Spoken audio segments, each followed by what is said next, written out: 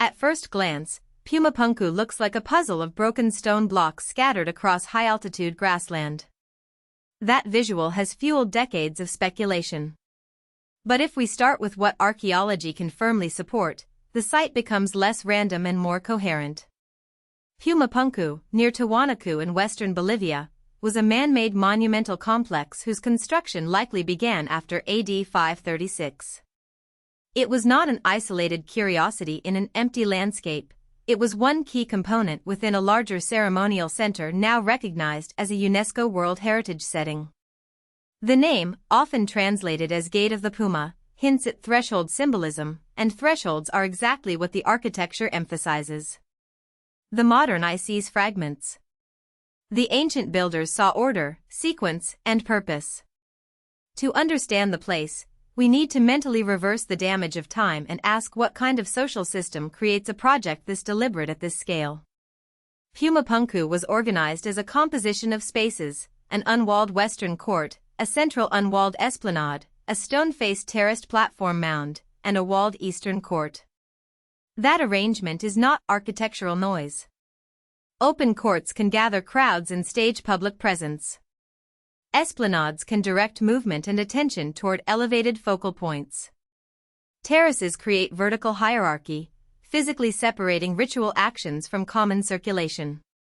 A walled sector introduces controlled access, signaling that not every participant enters every zone. When you read these elements together, the site begins to function like choreography written in stone. People would not drift through it randomly. They would approach, pause, process, ascend, and witness in patterned ways shaped by built form. That means Pumapunku likely communicated social structure without words, who stands where, who crosses which boundary, and who appears in elevated positions at specific ceremonial moments. The platform itself is central to that experience.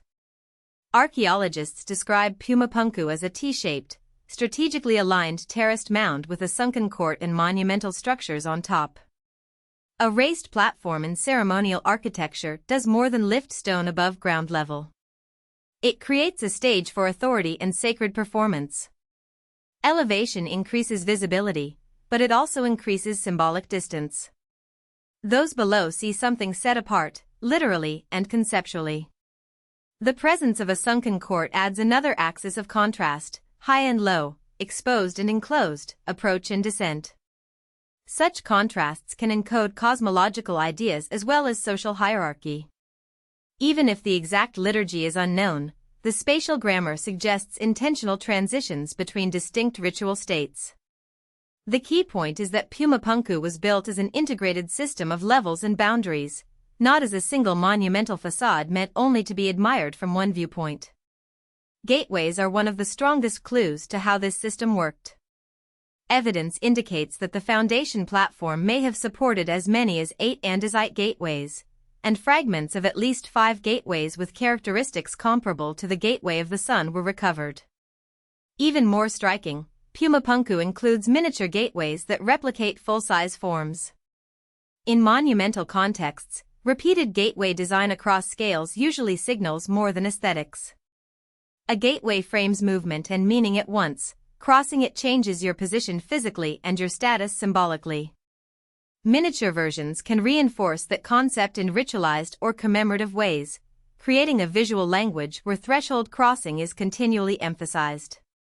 This repetition suggests that passage, framing, and controlled transition were core ideas in the complex. Instead of seeing each stone element as an isolated technical feat, we should see a coordinated threshold architecture designed to structure human experience. Pumapunku also makes more sense when viewed with Akapana, often described as its twin and one of the few Tiwanaku place names with enduring historical relevance. Twin monumental nodes imply planning at landscape scale. Rather than one dominant structure and a set of leftovers, Tiwanaku appears to have organized multiple major constructions in relational terms. Twin centers can distribute ceremonial functions, mirror symbolic principles, or anchor processional routes across a sacred urban field. Even without texts from the builders, this pairing indicates intentional integration, not architectural coincidence. In practical terms, It means Pumapunku was likely one of the principal statements of Tiwanaku ideology and social organization, not a peripheral annex. Its design choices should be interpreted as part of a city-wide sacred program, where multiple monuments worked together to produce legitimacy, continuity, and collective identity. Now contrast that structured design with what survives today. The monumental construction on top of the platform has long since deteriorated or been destroyed, leaving a heavily reduced architectural skeleton. Over centuries, treasure hunting, looting, stone extraction for later building needs, and even use as railroad ballast removed key pieces from their original settings. Natural weathering at altitude compounded the loss. This matters because archaeology depends on context. A precisely carved block is informative, but a precisely carved block still in its original architectural relationship is far more informative.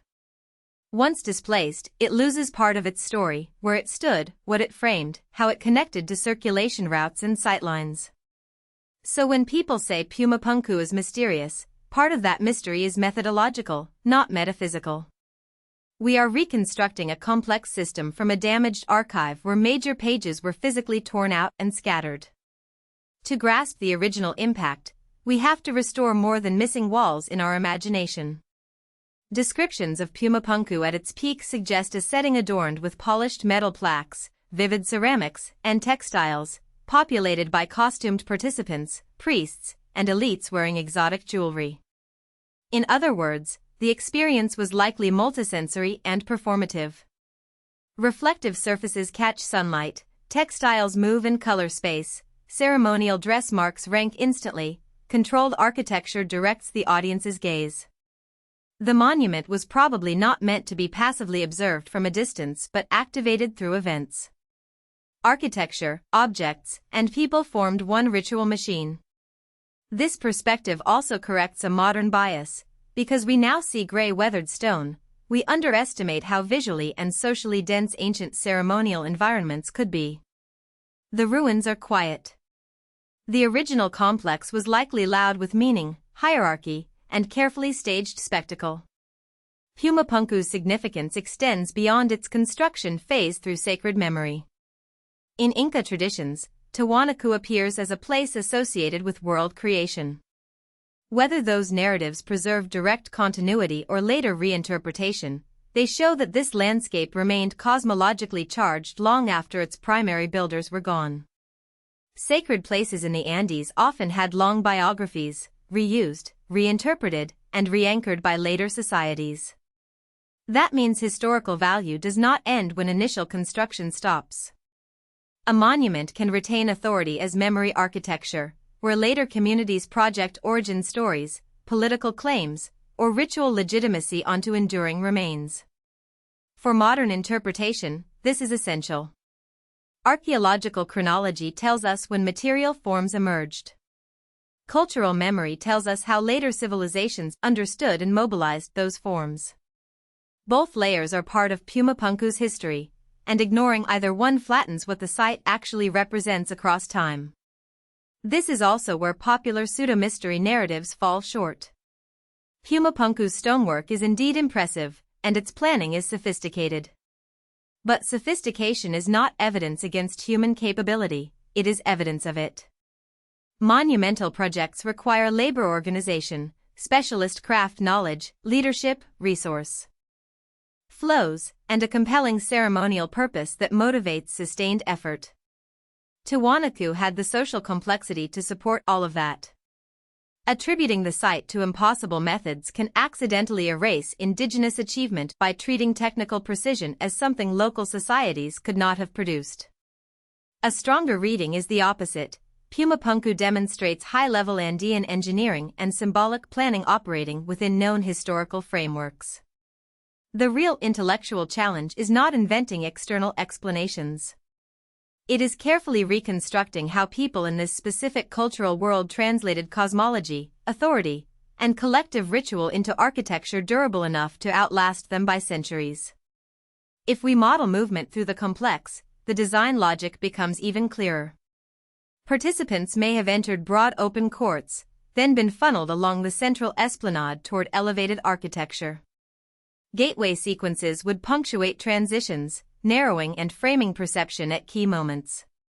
The walled eastern court could have controlled who advanced and who remained spectators. Such movement design creates ritual pacing, approach, delay, crossing, revelation. It also materializes social order. Privileged actors can occupy elevated or enclosed sectors while larger publics witness from designated spaces. Even in fragmentary condition, Pumapunku preserves enough of this spatial grammar to suggest that experience was intentionally scripted. Architecture here was not merely a background for ritual, it was an active instrument shaping emotional tempo, visibility, and authority. In that sense, the site functioned as both ceremonial theater and political technology. UNESCO designation highlights that Pumapunku belongs to a wider heritage system requiring careful stewardship, not just curiosity-driven consumption. Preservation is not only about stabilizing stones. It is about protecting context, preventing further extraction, and supporting research methods that can recover remaining signals from damaged material. Every fragment still in place can refine models of construction sequence, spatial hierarchy, and ritual use. Every fragment removed without documentation is a permanent loss of interpretive possibility. Public understanding matters here. When audiences move from mystery obsession to evidence literacy, conservation priorities become easier to defend. Pumapunku's value lies not in being inexplicable, but in being a rare surviving record of how an Andean civilization organized sacred space, social differentiation, and monumental ambition on a remarkable scale. So the most accurate takeaway is this: Pumapunku is a heavily transformed remnant of a once coherent ceremonial complex, begun after AD 536, integrated into Tiwanaku's broader monumental system, rich in gateway symbolism, and remembered within later sacred traditions. Its present uncertainty comes largely from material loss, not from lack of human explanation. When we read the site through architecture, context, and regional history, the ruins stop being an alien puzzle and become something more powerful, evidence of deliberate design, social coordination, and enduring sacred geography in the Andes. The fragments are incomplete, but they are not mute. They still tell a story of intelligence expressed in stone, of ritual life organized through space, and of a cultural achievement that deserves to be understood on its own terms rather than replaced by speculation. If you found this helpful, please like this video and subscribe for more explainers.